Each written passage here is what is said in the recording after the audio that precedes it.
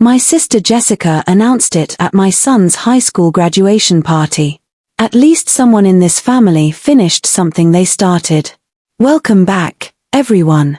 If this is your first time here, please subscribe and drop a comment telling us where you're from. We love hearing from you. Now, let's dive into today's story. The room fell silent. 37 relatives stopped eating cake. My mother's smile froze. My father stared into his punch cup like it held answers. I should have expected it. Jessica had been drinking wine since we set up the tables that morning. But nothing prepared me for what came next. Let's be honest, Jessica continued, standing so abruptly her chair scraped against the community center floor. We're celebrating Marcus graduating high school like it's some miracle. But can we talk about how his mother threw away her entire future at 19? How she embarrassed this family. How mom and dad had to explain to everyone that their daughter got knocked up by some loser who disappeared. My stomach twisted. Marcus, my brilliant son who just earned a full scholarship to MIT, stood frozen by the gift table. His girlfriend Emma grabbed his hand. I watched shame flash across his face, shame he shouldn't have to feel. Jessica, sit down, my mother whispered urgently. No, Mom. Everyone tiptoes around it, but I'm tired of pretending. While Sarah was playing mommy with no education, no prospects, living in a trailer park, I was building something. I have a successful boutique. I'm a real businesswoman.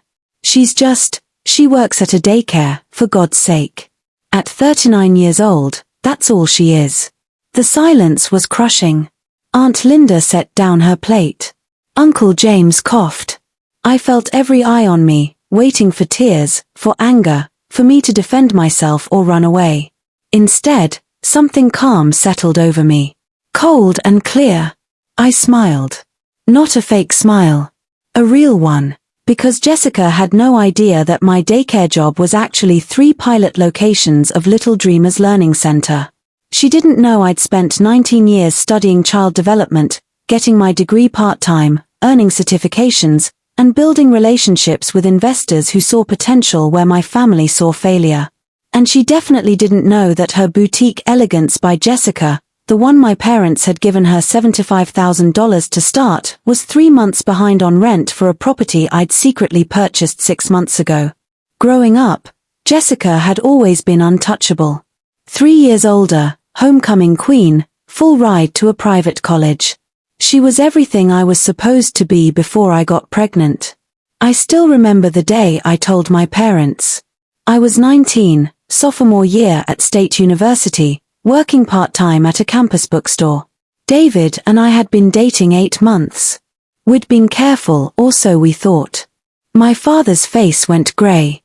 My mother cried for 3 hours. Jessica, home for Thanksgiving break, had looked at me with pure disgust. How could you be so stupid, she'd said. Do you know what you've done? To yourself? To this family? I'm keeping the baby, I'd said quietly. David and I are going to make this work. My father had laughed, a bitter, broken sound. David. That boy doesn't have 2 nickels to rub together. What's he going to do, support you by flipping burgers? It turned out Dad was right about David. He left 2 weeks before Marcus was born. Packed his stuff while I was at a prenatal checkup and disappeared. Last I heard, he was in Colorado, remarried, never once paid child support or asked about his son. I'd moved into a trailer park 40 minutes from campus. Dropped out of college.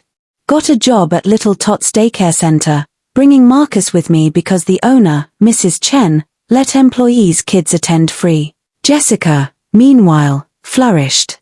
She graduated with honors, got engaged to Brandon, a lawyer from a good family. At her engagement party, I'd been 6 months postpartum, exhausted, wearing a dress from Goodwill. Such a shame, I'd heard Aunt Linda whisper to my mother. Sarah had so much potential. Now look at her. A cautionary tale. The label stuck.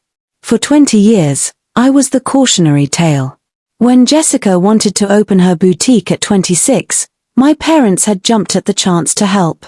$75,000 from their retirement fund. Prime downtown location. A launch party with champagne and a ribbon-cutting ceremony. I'd been there, Marcus on my hip, wearing my Goodwill best. Jessica had hugged me for the cameras, then whispered, "Maybe if you'd made better choices, Dad would invest in you too." I'd wanted to scream that I'd asked for $5,000 to finish my degree. Dad had said they couldn't afford it, that I'd made my bed and needed to lie in it. But I'd swallowed my pride. Smiled for the photos. Went home to my trailer and cried while Marcus slept. That night changed something in me. I'd looked at my sleeping son and made a decision. I wouldn't wait for my family's approval. I wouldn't let their disappointment define me. I would build something not for them, but for us. Mrs. Chen had noticed my dedication. While other employees watched the clock, I studied. I read every book on child development I could find from the library. I took free online courses. I watched how Mrs. Chen ran her business, asked questions, learned everything. When Marcus turned 3, I enrolled in community college. Night classes while Mrs. Chen watched Marcus. It took me 6 years to finish a bachelor's degree in early childhood education. I walked across that stage with Marcus in the audience, age 9, holding a sign that said my mom is a graduate. My parents didn't come. They had Jessica's boutique anniversary party to attend. I got my master's degree 4 years later. This time, Marcus was 13, and he'd made the sign himself. My parents sent a card. But I'd also met someone who would change everything, Karen Williams.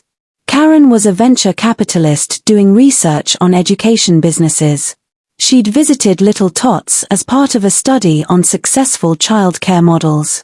We'd talked for 3 hours about early childhood development, the childcare crisis in America, working parents' struggles, and the lack of quality, affordable options. "You should own your own center," Karen had said. "I'm a single mom with student loans," I'd replied. "Banks don't exactly line up to give people like me business loans. What if you didn't need a bank?" We'd started small. One center in a struggling neighborhood where working parents needed quality care they could afford. I'd used every penny of my savings, $12,000, and Karen invested $50,000 for a 30% stake. Little Dreamers Learning Center opened when Marcus was 14. I'd worked 18-hour days. Mornings at Mrs. Chen's daycare to pay bills, afternoons and evenings building Little Dreamers. I'd painted walls, assembled furniture, interviewed teachers, designed curriculum. The center was different. We didn't just warehouse kids, we nurtured them. Curriculum based on latest child development research. Teachers with real training and decent pay. Nutritious meals. A sliding scale for tuition so working-class families could afford it. Within 6 months, we had a waiting list. Within a year, we'd broken even. Within 2 years, we were profitable and looking at a second location. My family barely noticed. Sunday dinners, when I could attend, revolved around Jessica's boutique. How sales were going, her latest Instagram campaign, the celebrities who'd shopped there. I tried once to mention Little Dreamer's success. "That's nice, honey," my mother had said absently, then turned to Jessica. "Did you tell everyone about the magazine feature?" Jessica had gotten a 2-page spread in a local lifestyle magazine. My mother had framed it. By the time Marcus was 16, Little Dreamers had 5 locations. Karen had introduced me to other investors. We'd developed a franchise model that could scale while maintaining quality. By the time he was 17, we had 12 locations across 3 states. I'd moved out of the trailer park finally. A small house, nothing fancy, but ours. Marcus had his own room. I had an office. At his graduation party, the one where Jessica announced I was a failure, we had 22 locations in 7 states. We'd just closed a funding round that valued Little Dreamers at $42 million. But I'd never told my family. Why would I? They'd never asked. After Jessica's speech, I'd excused myself to the bathroom. My hands weren't shaking from hurt, They were shaking from rage mixed with satisfaction. I pulled out my phone and saw a text from Karen. Board approved the acquisition. Are you sure about this? I texted back, absolutely. Draw up the papers. The acquisition Karen mentioned was for a property. A prime downtown location. The building where Jessica's boutique operated. I'd learned 3 months ago that the building's owner, Mr. Patterson, wanted to retire. He'd listed it for sale.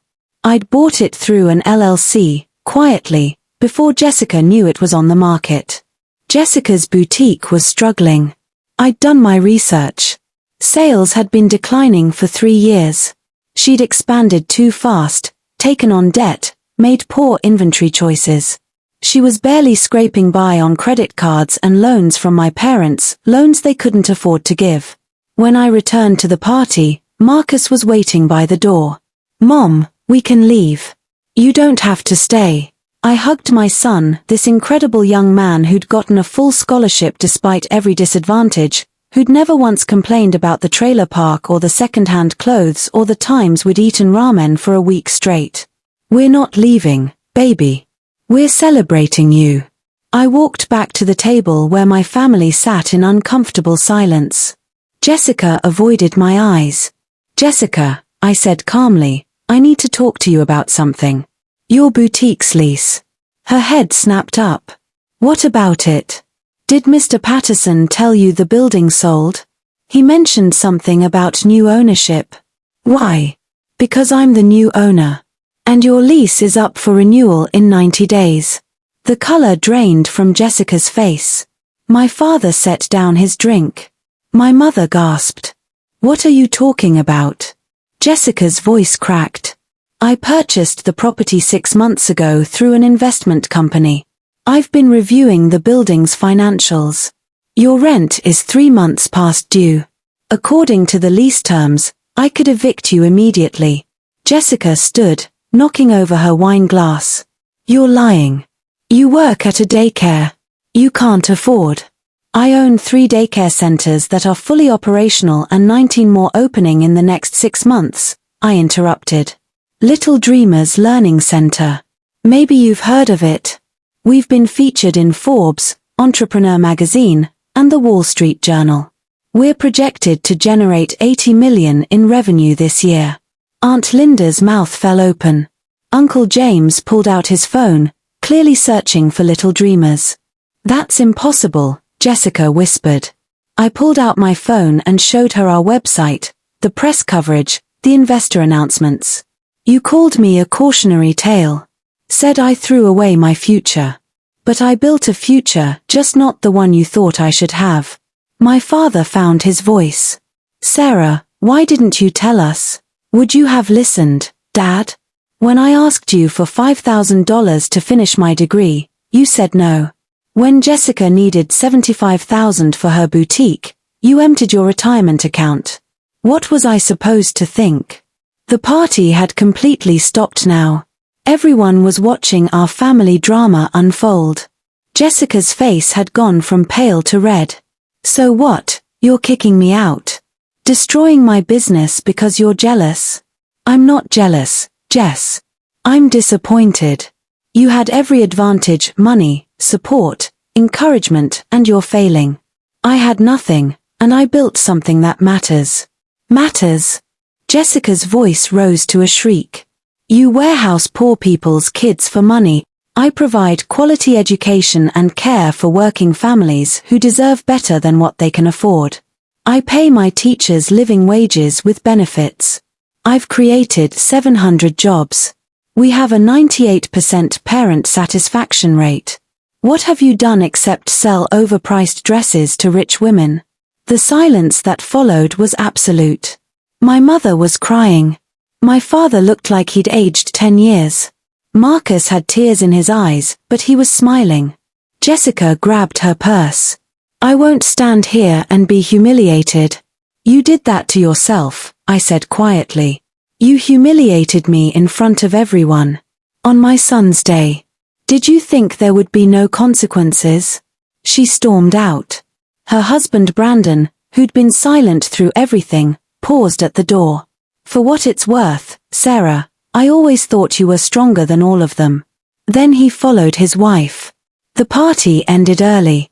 People left in awkward clusters, many stopping to congratulate Marcus or whisper supportive words to me. When everyone was gone except my parents, my mother finally spoke. Sarah, we didn't know. You didn't ask, Mom.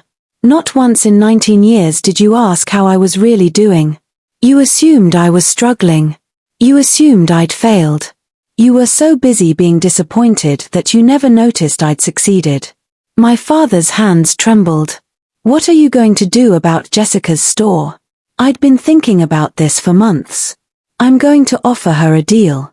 She can stay in the building, but at market rate rent, which is more than she's been paying. Or she can vacate, and I'll convert the space into Little Dreamer's flagship location, a showcase center with state-of-the-art facilities. She can't afford market rate, Dad said. The boutique is barely surviving. I know. I've seen her financials. As her new landlord, I have access. She's $300,000 in debt, Dad. Including loans from you that she'll never be able to repay. My mother sobbed. We were trying to help her. You were enabling her. She's never had to work for anything. Never had to struggle. Never learned resilience. You gave her everything, and she squandered it. What would you have done differently? Dad asked. I would have made her earn it. Made her prove herself. Taught her that success isn't handed to you, it's built through hard work, failure, learning, and perseverance. 3 days after the graduation party, Jessica called. I want to meet, she said, her voice small. We met at a coffee shop downtown. She looked terrible, exhausted, makeup unable to hide the dark circles. I'm sorry, she said before I could even sit down. For what I said. For everything. I studied her. Are you sorry you said it, or sorry you were wrong? Both. She twisted her napkin. I've been going over the numbers. The boutique is dying. Has been for 2 years. I was too proud to admit it. Why didn't you ask for help? From who? Mom and Dad don't understand business, they just throw money at problems. And you? I've spent 20 years treating you like you were beneath me. How could I ask you for help? I sipped my coffee. You could have been my sister instead of my judge. Jessica nodded, tears streaming. I was jealous. God, that sounds awful to say. But I was. You had Marcus, this amazing kid who loved you unconditionally. You had purpose. I had a boutique and a marriage that's falling apart because Brandon's tired of funding my failures with his law practice earnings. This was news. I didn't know. No one does. We're good at pretending everything's perfect. She laughed bitterly. The perfect couple with the perfect business. Except it's all lies. I felt unexpected sympathy. What do you want to do, Jess? I don't know. I'm good at fashion, at design. But the business side. I'm lost. I make emotional decisions. I buy inventory I like instead of what sells. I spend money on marketing that doesn't work because I don't understand analytics. An idea was forming. What if you didn't have to handle the business side? What do you mean? Over the next hour, I laid out a proposal. I'd convert half the building into Little Dreamer's flagship location. The other half could become a boutique with a different focus, upscale children's clothing and items for new mothers. You'd be the creative director, I explained. Design, purchasing, aesthetic decisions, all you. But someone else handles operations, finances, marketing. Someone who understands business. Who? Me. It would be part of Little Dreamers.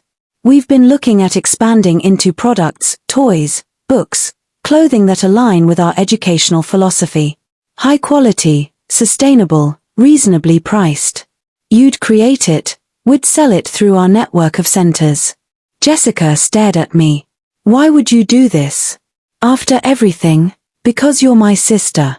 And because I think you have talent being wasted on a failing business model. But mostly because I want to prove that success doesn't have to come from tearing each other down. It can come from building each other up. I'd be working for you. With me. But yes, ultimately, I'd have final say. Can you handle that? She was quiet for a long time. I don't deserve this. No, you don't. But maybe that's the point. Grace isn't about deserving. The papers were signed 4 weeks later. Jessica's boutique closed with a massive going out of business sale that actually helped her clear most of her inventory and pay down some debt. My parents finally visited Little Dreamers. I showed them around our largest location, bright classrooms, engaged children, happy teachers, an indoor playground designed by child development experts. My mother cried. Sarah, this is incredible. I had no idea. You never visited before, I said without accusation. Just fact. We were wrong, Dad said, his voice rough. About everything. About you, about what you could do. We were so focused on disappointment that we missed watching you become this. I needed you to miss it, I realized aloud. If you'd been involved, I would have second-guessed everything. I would have tried to meet your expectations instead of exceeding my own. The flagship location opened 6 months later. Half early learning center, half boutique showcasing Jessica's children's clothing line, Dreamers and Company. The grand opening was packed. Local press, parents, investors, Karen and the entire board. My parents stood in the corner looking overwhelmed. Marcus, home from his first semester at MIT, gave a speech. My mom was 19 when she had me. Everyone told her she'd ruined her life. But she didn't ruin anything, she built everything. She built a life for us. She built a business that helps thousands of families. She built something that matters. And she taught me that your circumstances don't define you. Your choices do. I couldn't stop crying. Jessica approached me as the crowd mingled. Thank you. For giving me a second chance. Thank you for taking it. Your collections are beautiful, Karen said, joining us and examining a display of organic cotton baby clothes. Initial orders from our center directors are through the roof. Jessica beamed, genuinely happy in a way I hadn't seen in years. That night, after everyone left, I walked through the empty flagship center. Classrooms ready for Monday's students. The boutique section artfully arranged. Photos on the walls showing our journey, including one of 19-year-old me, pregnant and scared but determined. My phone buzzed. A message from Brandon, Jessica's husband, thank you for saving her. And for showing us what real strength looks like. I thought about revenge, about vindication, about proving everyone wrong. The truth was complicated. I hadn't built Little Dreamers to hurt Jessica. I'd built it because working mothers like me deserved better options.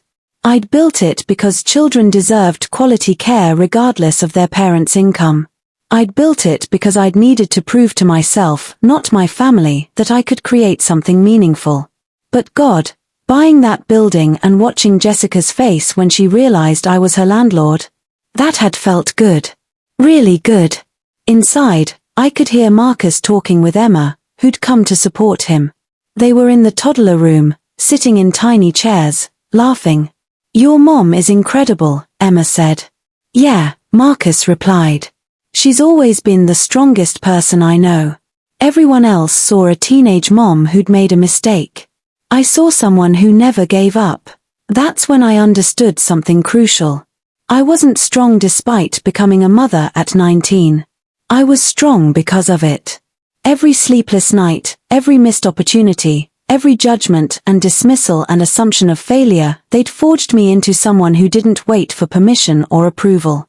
Someone who built things. Someone who turned impossibility into inevitability. Jessica texted as I drove home, I've been thinking about what you said. About grace not being about deserving. I want to be that person for someone else someday. The person who gives chances instead of judgments. I smiled in the darkness of my car. You already are. You're learning. That's enough. This Thanksgiving, I hosted. 30 people filled my house, not the trailer park mobile home, but the 4-bedroom house I'd purchased outright. Jessica and Brandon came, working together now on Dreamers and Company. My parents came, humbled and trying. Marcus came home from MIT with Emma, who'd become part of our family. Karen and several board members came because they were family too. Before dinner, Dad stood to give a toast. His hands shook slightly. 20 years ago, I thought I knew what success looked like. I thought I knew what my daughters should be. I was wrong about everything. He looked at me, tears in his eyes. Sarah, you didn't destroy your future at 19. You created it. And in doing so, you've taught me that the best things in life aren't the ones we plan, they're the ones we build from the rubble of our expectations. Later, I found Mom in the kitchen, washing dishes despite my protests. I see you now, she said quietly. I should have seen you all along. The determination. The brilliance. The strength. I was so busy mourning the daughter I thought I'd lost that I missed watching you become the woman you were meant to be. I needed to do it without you, I said, surprising myself with the honesty. If you'd supported me from the beginning, I would have relied on that support. I would have built something smaller, safer. Your disappointment forced me to exceed every expectation, including my own. She hugged me, and for the first time in 20 years, it felt real. Marcus found me on the back porch later, watching the stars. You okay, Mom? I'm good, baby. Really good.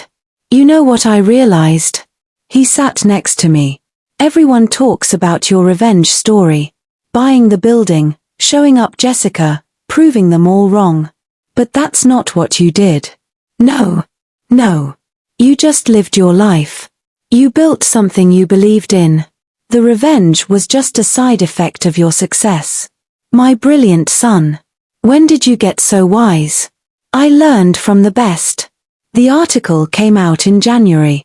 Forbes, From Teen Mom to CEO, How Sarah Mitchell Built an $80 million Childcare Empire.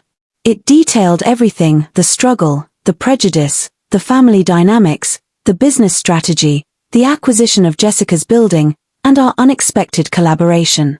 The phone didn't stop ringing for weeks. Franchise inquiries. Media requests. Speaking invitations. But the call that mattered most came from a young woman named Tiffany. I'm 18, she said, voice shaking. I just found out I'm pregnant. Everyone's telling me I've ruined my life. I saw your article. Did you really do all that?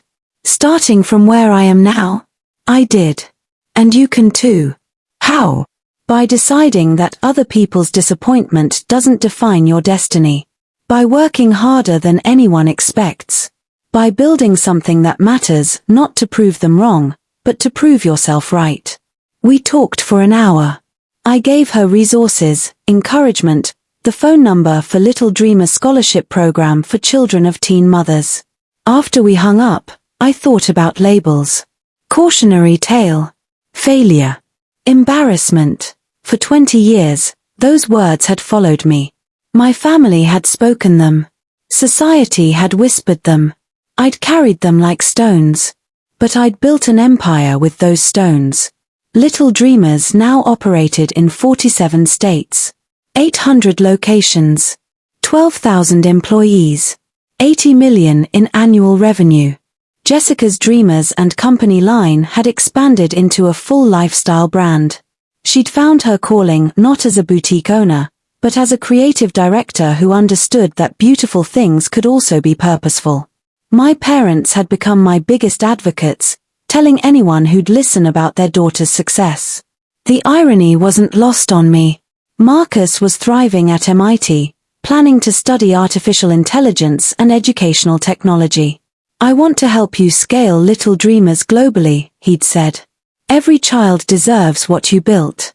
Brandon had left his law practice to become Little Dreamers' general counsel.